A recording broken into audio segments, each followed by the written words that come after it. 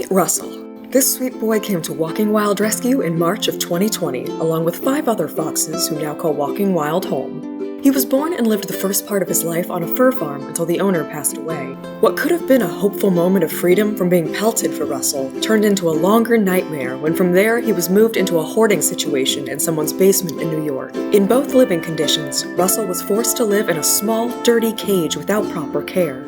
But after several months, the NY Department of Environmental Conservation seized him from that hoarding situation along with 28 other foxes, and he was finally able to truly start his life with a warm bed to sleep in, fresh straw to play in, and safety at Walking Wild. And better yet, he wouldn't be alone. His fox friend Carl, who'd he formed a protective bond with in New York, would live in the same enclosure he would.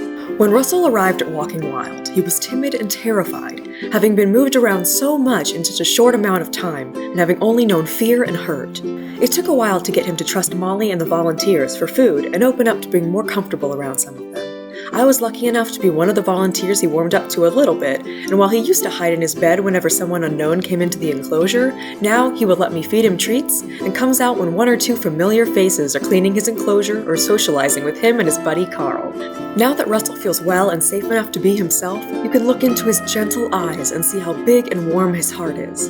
He takes treats so gently and has a cautious yet curious nature when sniffing and checking out people in his surroundings. When he still feels scared at times, he looks to Carl to see if everything is okay.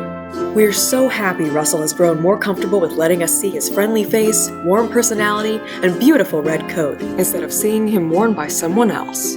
Russell deserves to be cared for and loved for the kind-hearted soul he is, and we think he feels that way now that he's part of the Walking Wild family.